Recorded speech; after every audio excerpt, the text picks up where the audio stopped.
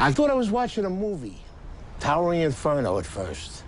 And then I looked real close, and I noticed it was the World Trade Center. I was compelled because I'm a type of person that can't stand by and watch other people suffer. And to me, they were suffering. They wanted to get off the island. And there was no way for them to get off the island other than the water. And I had noticed when I was watching the television, I saw a lot of, the ferries going up into the slips and taking people off. I said, fine, we could do the same thing. I could take people on my boat, get in there, take them where they have to go. And that's what we did.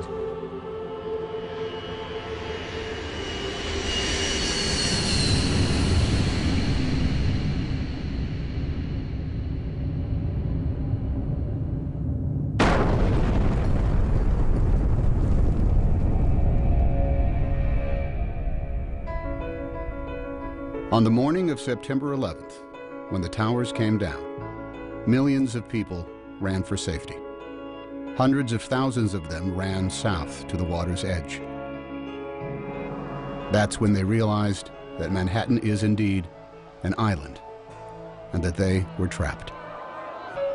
They were feeling helpless, and that's the worst feeling in the world. What was a person on the ground going to do? Buildings were down. There were people laying under the rubble of the building. Firemen, civilians. My wife was there, and I turned around. I says, I've got to go do something. Just like that. And she looked at me. She says, what are you going to do, you maniac? I says, I'm going to take the amberjack up into the city and help. She says, but what if they're attacked again? I says, well, then that's something I have to live with. I says, I have to do what I have to do. I says, and nobody can stop me right now. Even if I save one person or I rescue one person, that's one person less that will suffer and die.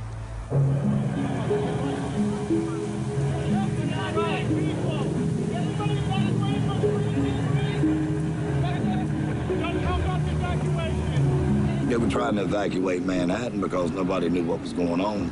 You didn't know if something else was going to happen. It was just, a madness on one side and, and wanting to help people on the other side. They were just streaming out of the buildings, and the first mode of transportation they saw was a ferry boat. And that's when they knew, this is how I'm getting out of here. So they didn't even care where the boat was going. There wasn't panic in New York in the beginning, just volume. It wasn't until the first building fell that there was panic.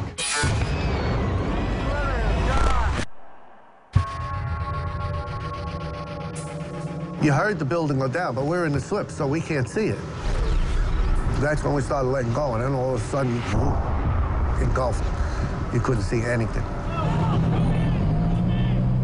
People were actually jumping into the river and swimming out of Manhattan. Boats were very nearly running them over. Wait. These people wanted out of Manhattan no matter any way they could. Somebody wants you to go over there. Every mode of transportation out of Manhattan was shut down. All the subways were shut. The tunnels were all closed. They closed the bridges. They closed everything immediately.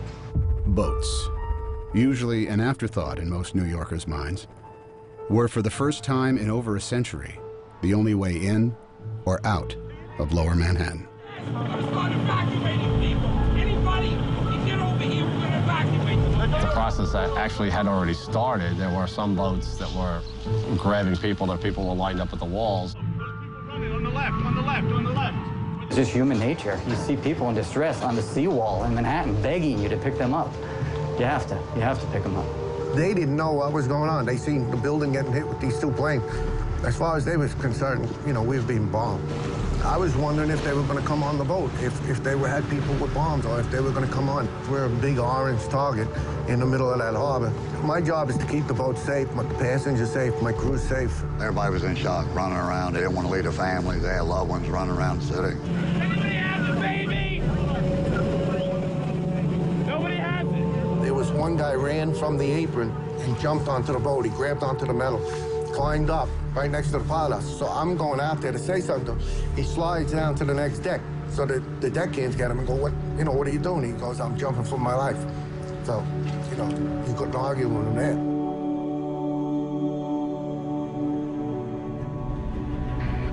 There was a small boat that was at the lower tip of Manhattan. I thought the boat was going to flip over because so many people were trying to get on. And as I looked behind, they were just 10 deep. And that's kind of what gave us the idea. We decided that this has to get better organized and we better do it, and that's what we did. So we decided to make the call on the radio. All available boats. This is the United States Coast Guard aboard the pilot boat in New York. Anyone want to help with the evacuation of Lower Manhattan, report to Governor's Island. When that call came on the radio, they were coming. I was uncertain of who was going to respond. About 15, 20 minutes later, there are just boats all across the horizon. Literally 100 targets converging on the lower part of Manhattan. When we came out of that dust cloud, tugboats, I'd never seen so many tugboats all at once. There was just like a fleet of tugboats headed to Manhattan. If it floated and it could get there, it got there. All different size, shapes, and forms. I mean, and they were zooming across this water.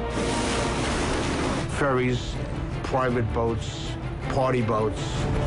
I worked on the water for 28 years. I've never seen that many boats come together at one time that fast. One radio call and it just came together just that fast.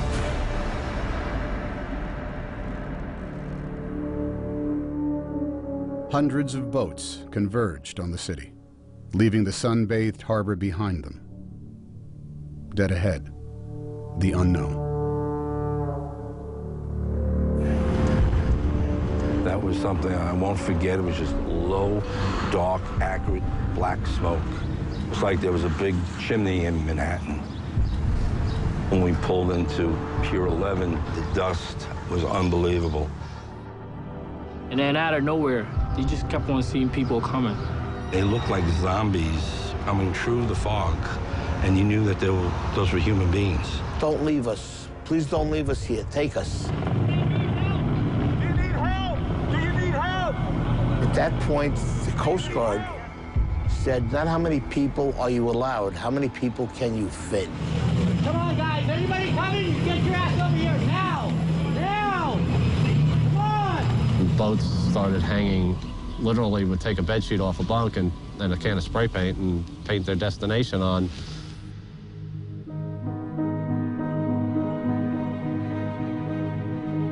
Some of these people never been in the water, never been on a boat before. Housewives, workers that do windows. We had executives. And the thing that was the best,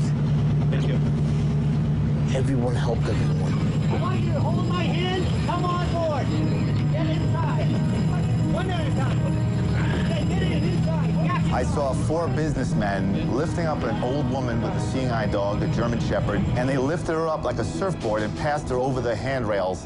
When we would carry a load of people over, and there was somebody standing there that seen their husband or wife, that made us feel even better, Well, at least we got 2 back together, Just keep on going, The guy that works at the ferry, he's a welder. His son was on my boat.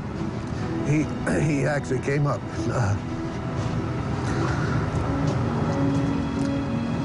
He thanked me.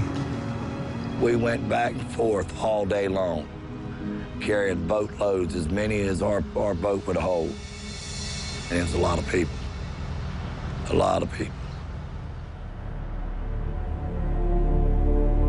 You couldn't have planned nothing to happen that fast, that quick.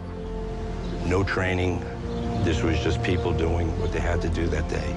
You forget all about what you're supposed to do, what they teach you in school, and you say, you know what? Morally, this is the right way to go, and deep down, this is what I'm gonna do.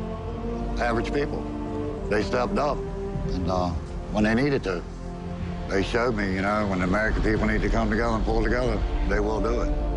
I do feel a way honored that I was a part of it. It was the greatest thing I ever did with my life. The greatest day that I've ever seen in all my boating, my life on the water. The Great Boat Lift of 9/11 became the largest sea evacuation in history.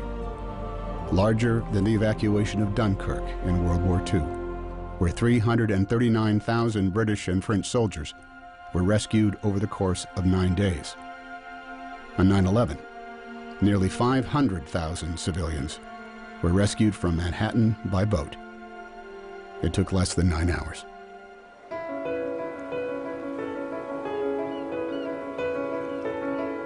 I believe somebody has a little hero in them.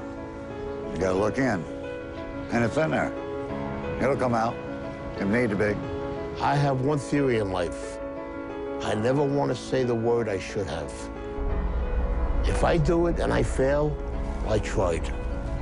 If I do it and I succeed, better for me. And I tell my children the same thing. Never go through life saying you should have. If you want to do something, you do it.